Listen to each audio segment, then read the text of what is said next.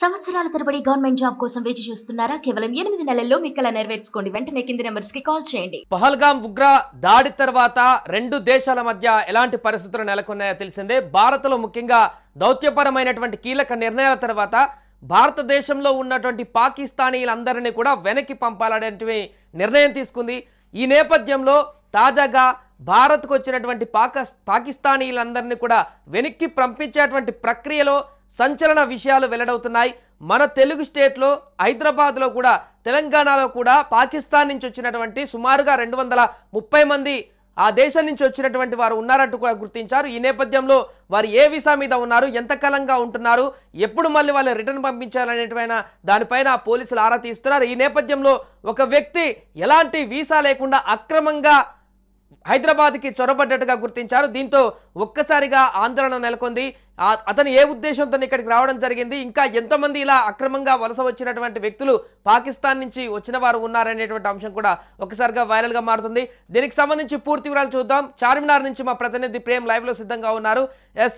ప్రేమ్, పాత బస్తీ కేంద్రంగా పాకిస్తానీలకు చాలా మంది అక్కడికి వచ్చినట్టుగా తెలుస్తుంది. దాంట్లో లీగల్గా ఉన్న వాళ్ళందరైతే ఒక వ్యక్తి ఇల్లీగల్ గా నేపాల్ మీద నుంచి వచ్చి హైదరాబాద్కి ఎవరికీ తెలియకుండా వచ్చినటువంటి ఒక వ్యక్తి ఉన్నట్టుగా సమాచారం అందుతుంది. దీనికి సంబంధించిన అప్డేట్స్ ఏంటి?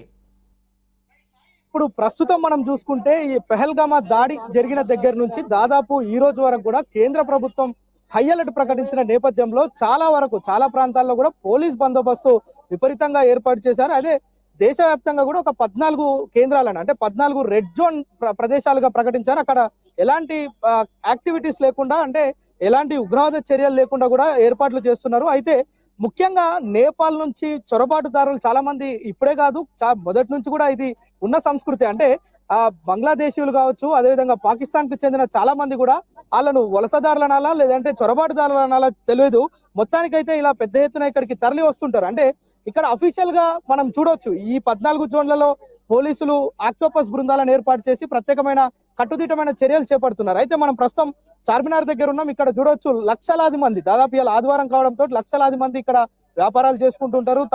ఇక్కడ మొత్తం యాక్టివిటీస్ జరుగుతుంటే మరోవైపు పోలీస్ బందోబస్తు కూడా ఉంది. అయితే ఏదైతే మనం ఇప్పుడు చొరబాటుదారుల గురించి మాట్లాడుకుంటున్నామో, చొరబాటుదారులు చాలా మంది ఇక్కడ ఉంటారు. అయితే 230 మంది ఇప్పటికే తెలంగాణ ప్రభుత్వం ఇక్కడ పాకిస్తాన్ నుంచి వివిధ వలసలు, అంటే షార్ట్ టర్మ్ వలసలు వీసాలతోటి ఇక్కడ వచ్చిన వాళ్ళు చాలా మంది ఉంటారు. వాళ్ళ లెక్క 230గా ప్రభుత్వం అయితే తేల్చింది. వారందరినీ కూడా మంచిగానో చెడుగానో వారందరినీ దేశం విడిచి పంపించవచ్చు పాకిస్తాన్ కి. కానీ అక్రమంగా వలసదారులు కొంతమంది ఉంటారు. వాళ్ళు మనం అనుకుంటున్నాం ఇప్పుడు ఏదైతే నేపాల్ అనుకుంటున్నామో, నేపాల్ నుంచి, భూటాన్ నుంచి, తదితర ప్రాంతాల నుంచి ఇండియాలోకి చెరబడతారు. వాళ్ళు ఇక్కడ చాలా మంది వివిధ రూపాలుగా వ్యాపారాలు చేస్తుంటారు. కొంతమంది భిక్షాటన చేస్తుంటారు, లేదంటే ఇక్కడున్న బంధువుల దగ్గర సెటిల్ అవుతుంటారు. వాళ్ళను పంపించడమే ఇప్పుడు ప్రధాన పెద్ద ప్రశ్నగా మారింది. వారిని పోలీసులు ఏ విధంగా బయటికి పంపిస్తారు అనేది మాత్రం మనం కొంత వేచి చూడాలి. అయితే మనతో పాటు చార్మినార్ లో మాట్లాడేందుకు కొంతమంది మనతో ఉన్నారు. పెహల్గామా దాడికి సంబంధించి మనం ఇప్పుడు జరుగుతున్న పరిణామాలు, పోలీస్ బందోబస్తు కావచ్చు, రాబో రోజుల్లో ప్రభుత్వాలు ఎలాంటి చర్యలు తీసుకుంటే బాగుంటుందనే దానిపైన మాట్లాడేందుకున్నారు. అన్న చెప్పండి, ఇప్పుడు పెహల్గామా అంటే జమ్మూ కాశ్మీర్ లో జరిగిన ఈ దాడి నేపథ్యంలో కేంద్ర ప్రభుత్వం ఎలాంటి చర్యలు తీసుకుంటే బాగుంటుంది? అంటే ఇప్పటికే కేంద్ర ప్రభుత్వం చాలా మందిని ఇక్కడ నుంచి పంపించే ప్రయత్నం చేస్తుంది. ఒక 200 మంది అఫీషియల్ గా, అంటే టెంపరవరీ వీసాల మీద వచ్చిన వాళ్ళని కూడా పంపిస్తుంది. కానీ అలా కాకుండా చొరబాటుదారులు చాలా మంది ఉంటారు. వాళ్ళని ఏ విధంగా పంపిస్తే బాగుంటుంది అంటే మీ అభిప్రాయం? ముందుగా కాశ్మీర్ లో జరిగినటువంటి పహల్గాం తీవ్రవాద చర్య అయితే మాత్రం మనందరం భారతీయులుగా అందరం కూడా ఖండించాలి తీవ్రంగా. ఎందుకంటే ఇలాంటి ఘటనల వల్ల మన భారతదేశంలో మరి ఇలాంటి సంఘటనలు జరగడం వల్ల అల్లకొల్లోలం అనేది జరుగుతూ ఉంటుంది. దీనికి ఖచ్చితంగా ఎవరు ఏ విధంగా ముందు ఇలాంటి రాకుండా మన భారతదేశ ప్రభుత్వం తగిన చర్యలు తీసుకోవాలి. ఎందుకంటే మన భారతదేశం ఇక్కడ అందరికీ కూడా, అన్ని మతాలకి కూడా మన భారతదేశం అనేది ఎంతో మన విలువనిస్తుంది. సో అలాంటి దాంట్లో ఇలాంటి తీవ్రవాదులు వచ్చి ఇలాంటి మరి చాలా కిరాతకంగా మరి హతమార్చడం అనేది ఇది మేము తీవ్రంగా ఖండిస్తున్నాం. భారతీయులుగా వెంటనే భారత ప్రభుత్వం అయితే చర్యలు తీసుకోవాలి. యుద్ధ వాతావరణం వచ్చినా సరే మరి అవతల దేశంలో ఉన్నటువంటి వాళ్ళందరినీ కూడా తీవ్రంగా ఎదుర్కోవాలని మేమైతే మాత్రం ప్రజలందరం కూడా కోరుకుంటున్నాం. అంటే ఒక భారతీయులుగా మీరేం కోరుకుంటున్నారు? మేమైతే భారతీయులుగా ఇటువంటి తీవ్రమైన చర్యలు అనేది చాలా తప్పు. ఇది ఇలా చేయడం అనేది చాలా దారుణమైన తప్పు.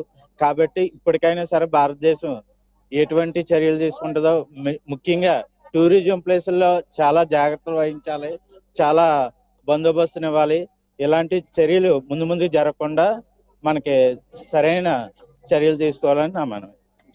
రైట్. అంటే సాయి, మనం చూస్తున్నాం ఇక్కడ ఉన్న ప్రతి ప్రజలు కూడా పర్యాటకులు పోలీసులు అదుపులోకి తీసుకున్నట్టు కూడా తెలుస్తుంది. ఎవరైతే వీసా ఎలాంటి నిబంధనలు లేకుండా వచ్చినటువంటి వ్యక్తి పాకిస్తాన్ లో ఏ కారణంతోనే అతను వచ్చాడు, పోలీసులు అదుపులోకి తీసుకున్నారా, తిరిగి వెనక్కి పంపిస్తారా, లేకుంటే చట్టపరమైనటువంటి చర్యలు తీసుకుంటారా?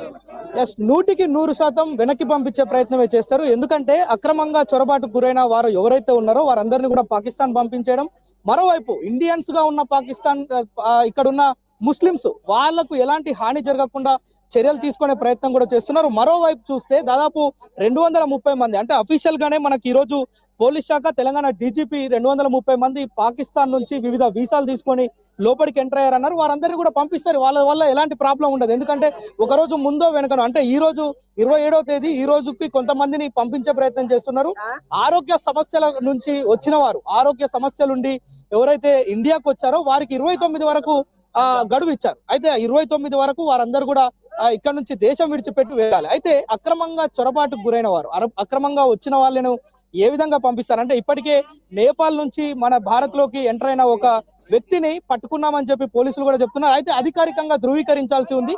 అది అధికారికంగా ధృవీకరిస్తే మనకు అంటే అతన్ని ఎలా పంపిస్తారా, లేదంటే శాఖపరమైన చర్యలు తీసుకుంటారా, లేదంటే అతను ఏదైనా ఉగ్రవాద చర్యల కోసం వచ్చాడా అనేది మాత్రం విచారణ తేలుతుంది. అయితే మొత్తానికి ఈ యొక్క ఉగ్రవాద చర్యలను తిప్పుకొట్టేందుకు, అదేవిధంగా పాక్ ను మొత్తం కట్టడి చేసేందుకు, అష్టదిగ్బంధనం చేసేందుకు ఓవైపు కేంద్ర ప్రభుత్వం కావచ్చు, భారత ఆర్మీ కూడా అన్ని విధాలుగా సంసిద్ధంగా ఉంది. మొత్తానికి ప్రజలకు ఎలాంటి ఇబ్బందులు లేకుండా, అంటే ఇప్పుడే మనం చూస్తున్నాం ఏదైతే పాకిస్తాన్ బార్డర్ లో ఉన్న మన భారత్ లో ఉన్న సరిహద్దు ప్రాంతాలు ఉన్నాయో అక్కడ రైతులను ప్రభుత్వం హెచ్చరించిన పరిస్థితి. ఎవరైతే వ్యవసాయం చేసుకునేందుకు ఆ బార్డర్ ప్రాంతాలకు వెళ్తారో వారెవ్వరు కూడా వ్యవసాయ పనులకు వెళ్ళవద్దని కూడా చెప్పి ఆదేశాలు ఇవ్వటం, మరోవైపు ఎక్కడికక్కడ కుంబింగ్ కేంద్రాలు ఏర్పాటు చేయడం, అంటే ఏ క్షణాన ఏం జరుగుతుందో అనే ఒక ఉత్కంఠ భారత్ పాక్ సరిహద్దుల్లో జరుగుతుంది. అయితే మనం హైదరాబాద్ కు సంబంధించిన విషయం చూస్తే మనం ప్రస్తుతం చార్మినార్ దగ్గర ఉన్నాం. మనం చూడొచ్చు విజువల్స్ లో అన్ని రకాల ప్రజలు ఉన్నారు. ఇక్కడ ముస్లింస్ ఉన్నారు, హిందూస్ ఉన్నారు, క్రిస్టియన్స్ ఉన్నారు, ఇతర దేశాలకు సంబంధించిన టూరిస్టులు కూడా ఇక్కడ ఉంటారు. నిత్యం ఈ యొక్క చార్మినార్ ను చూసేందుకు వందల సంఖ్యలో, వేల సంఖ్యలో వస్తుంటారు. ఈ రోజు ఆదివారం కావడంతో ఇసుకేస్తే రాలనంత జనాలు ఉన్నారు. అయితే వీరందరూ కూడా ఎప్పుడు ప్రతి ఆదివారం ఇలాగే ఉంటుంది. ఇక్కడ కూడా పటిష్టమైన బందోబస్తు ఏర్పాటు చేసి ఎక్కడ ఎలాంటి అవాంఛనీయ సంఘటనలు చోటు చేసుకోకుండా పోలీసులు అయితే చర్యలు తీసుకున్న పరిస్థితి అయితే ఉంది. Sai, right, thank you Prem. So మొత్తానికి అది ఒక వ్యక్తి ఎలాంటి పర్మిషన్ లేకుండా హైదరాబాద్ లో ఉన్నట్టుగా తెలుస్తుంది. పాకిస్తాన్కి సంబంధించినటువంటి వ్యక్తి. ఇప్పటికి 230 మంది పాకిస్తాన్ నుంచి ఇక్కడికి తెలంగాణకు వచ్చినట్టుగా చెప్తున్నారు. దాంట్లో లాంగ్ టర్మ్ వీసా ఉన్నటువంటి వారు 190 మంది పైగా ఉన్నారు. షార్ట్ టర్మ్ వీసా కొంత తక్కువ మంది ఉన్నారు. సో ఇప్పటికిప్పుడు షార్ట్ టర్మ్ వీసా వాళ్ళందరినీ కూడా వెనక్కి పంపించేటువంటి ప్రయత్నాలు కొనసాగిస్తున్నారు. మరొక వైపు దీంట్లో ఒక వ్యక్తి మాత్రం ఎలాంటి వీసా లేకుండా, పర్మిషన్ లేకుండా నేపాల్ మీదుగా చొరబడ్డట్టుగా తెలుస్తుంది. ఇండియాలోకి హైదరాబాద్ కేంద్రంగా అతను వ్యక్తి ఉన్నట్టుగా కూడా తెలుస్తుంది. ఈ నేపథ్యంలో ఒక్కసారిగా అలర్ట్ అయ్యారు పోలీసులందరూ. ఏ కారణం చేత అతను వచ్చాడు, ఎందుకు ఎంతకాలం నుంచి ఉంటున్నాడు, అతను వెంటనే వెనక్కి పంపేయడమా, చట్టపరమైనటువంటి చర్యలు తీసుకోవడం, ఇవన్నీ కూడా పోలీసులు దీనిపైన కేసు నమోదు చేసి దర్యాప్తు చేసేటువంటి అవకాశం ఉన్నట్టుగా అయితే కనబడుతుంది.